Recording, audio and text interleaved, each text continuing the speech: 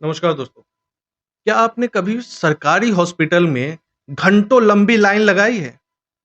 या कभी आपने प्राइवेट हॉस्पिटल में मोटी फीस दे के अपनी फैमिली का मेंबर का या किसी का भी इलाज करवाया है? अगर करवाया है और लंबी लाइन में खड़े हैं, तो आपको पता होगा कि हिंदुस्तान में हॉस्पिटल और हेल्थ का कितना बुरा हाल है। कितनी घटिया व्यवस्था है हिंदुस्तान में अगर कुछ परसेंट या कहें कि कुछ हॉस्पिटल्स को छोड़ दिया जाए। भारत में आज भी हर रोज हजारों लोग दम तोड़ देते हैं क्योंकि उन्हें अच्छी इलाज, अच्छी सुविधाएं नहीं मिल पाती। और इसका रीजन क्या है? रीजन ये है कि यहाँ की सरकारें ना हॉस्पिटल पे उतनी ध्यान दे पाती है, ना शिक्षा पे, ना रोजगार पे। डब्ल्यूएचओ कहती है कि अगर एक डॉक्टर, कम से कम एक डॉक्टर होना चाहिए हजार लोगों पे, पर हिंदुस्तान में क्या है? 0.7, मतलब एक डॉक्टर भी नहीं है हजार पेशेंट पे। इतना बुरा हाल है हिंदुस्तान की मेडिकल सुविधा का बोले या स्वास्थ्य व्यवस्था की बात करें। डब्ल्यूएचओ की माने तो भारत में आज भी 10,000 पेशेंट के लिए मात्र 5 से 6 बेड है। ये शहर की बात है। ग्रामीण इलाकों की बात करें तो आज भी 70% लोग बिना इलाज के या जो बोले कि मेडिकल कंडीशन लचर व्यवस्था के कारण दम तोड़ देते हैं। उन 70% का ना इलाज हो पाता है, ना कोई सुविधाएं मिल पाती हैं और वो ऐसे ही अपना जीवन जी रहे हैं। गवर्नमेंट बोलती है कि सरकारी हॉस्पिटल है आपके लिए, आपके इलाज के लिए, पर सच्चाई क्या है सरकारी हॉस्पिटल की? डॉक्टर्स नहीं है।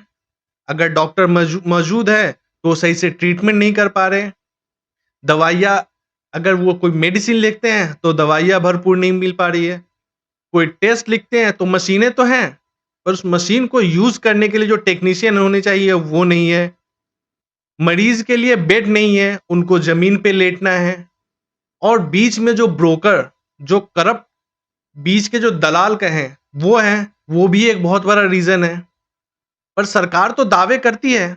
अगर कुछ हॉस्पिटल जैसे एम्स को छोड़ दिया जाए कि हाँ वहां पे सुविधाएं अच्छी है, बाकी मुझे समझ में नहीं आता। शहरी छोड़िए, ग्रामीण क्षेत्रों में कई जगह तो डॉक्टर नहीं है। स्वास्थ्य शिविर तो लगते हैं, बट वो शिविर जाके क्या एक दिन के लिए शिविर लगते हैं, उसमें जनता को या क्या सुविधाएं मिल सकती हैं? क्या फैसिलिटी दे रही है सरकार? कुछ नहीं। पर हाँ, अगर वहीं पे अगर आपके पास मोटी रकम है, आपके जेब में मोटे पैसे हैं, आपका बैंक बैलेंस हाई है, तो आप प्राइवेट हॉस्पिटल में जाइए ना। जो हो सकता है कि सरकारी हॉस्पिटल में जिस मेडिसिन से आपको 2 रुपए चार्ज करते हो या फ्री में मिलता हो या मेडिकल स्टोर में वो 5 रुपए का मिले, प्राइवेट हॉस्पिटल में जाइएगा तो वही मेडिसिन आपको 100 रुपए का मिलेगा।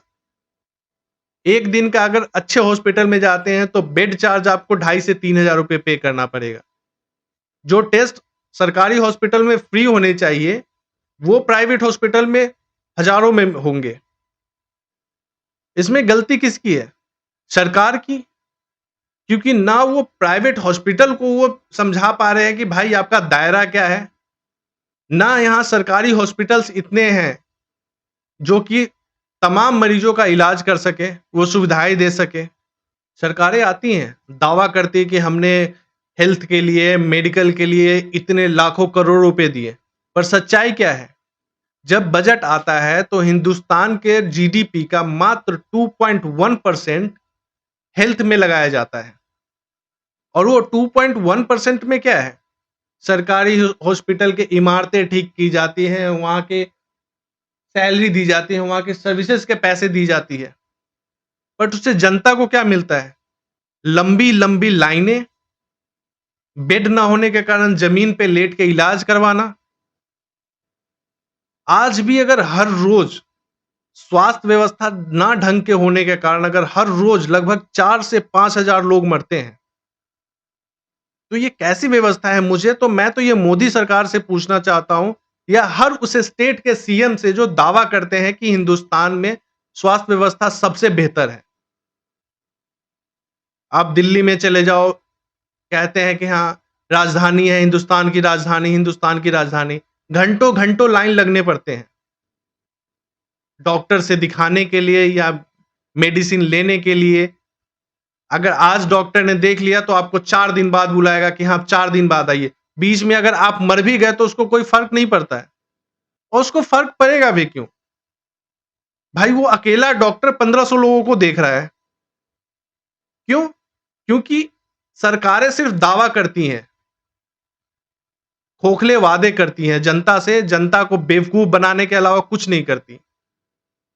जिस दिन सरकार सच में काम करने लगेगी स्वास्थ्य पे, शिक्षा पे, रोजगार पे, उस दिन वाकई में हिंदुस्तान का जो चेहरा है, वो पलट जाएगा। या तो आपके पास पैसे हैं, तो प्राइवेट हॉस्पिटल में जाइए, अपनी जेब ढीली कीजिए, तब इलाज करवाइए। अगर आप सरकारी हॉस्पिटल के बदौलत चाहते हैं कि आप ठीक हो जाए, तो 100 में से 1 ही लोग होंगे जो शायद बच के वापस आ सके हॉस्पिटल से। वरना 99% लोग तो या तो परेशान होते हैं या उस बीमारी से जूझते रहते हैं, वैसे ही जिंदगी जी रहे हैं। मैं तो मोदी सरकार से ये पूछना चाहता हूं, आपके तो हो गए, इतने साल हो गए, तीसरी बार पीएम बन गए प्रधानमंत्री मोदी, कब करेंगे आप? 2075 में तो नहीं करना? जैसा कि आपने वादा किया था 2014 में कि हम आएंगे, तो वो कांग्रेस ने ये किया था, हम ऐसा करेंगे। कांग्रेस ने तो घोटाला किया ही किया। आप अगर घोटाला नहीं कर रहे हैं तो व्यवस्था तो दीजिए। बस आपसे रिक्वेस्ट करता हूं कि स्वास्थ्य व्यवस्था, जो कि मूल जरूरत है किसी भी इंडियन का, किसी भी इंसान का, वो शहर में हो या गांव में हो, वो तो पूरा कीजिए आप। महंगाई तो बढ़ती जा रही है। मैं तो देश के उन तमाम लोगों से पूछना चाहता हूं, क्या आपको नहीं लगता कि हिंदुस्तान में स्वास्थ्य के लिए क्रांति की जरूरत है? आप लोगों की आवाज की जरूरत है। आप लोग उठिए, सवाल कीजिए अपने नेता से, या आपके जो मुखिया हो, एमएलए हो, सांसद हो, जो भी हो, सबसे सवाल कीजिए कि भाई वोट तो ले रहे हो, स्वास्थ्य की सुविधा कब दोगे? या हम प्राइवेट में जाके पैसे बर्बाद करें? या आप लोग सिर्फ अपनी सेवाओं के लिए हो? आवाज उठाइए। जब आवाज उठाइएगा तभी जवाब मिलेगा। सवाल ही नहीं कीजिएगा तो जवाब कैसे मिलेगा? इसी के साथ मैं रणधीर मिश्रा।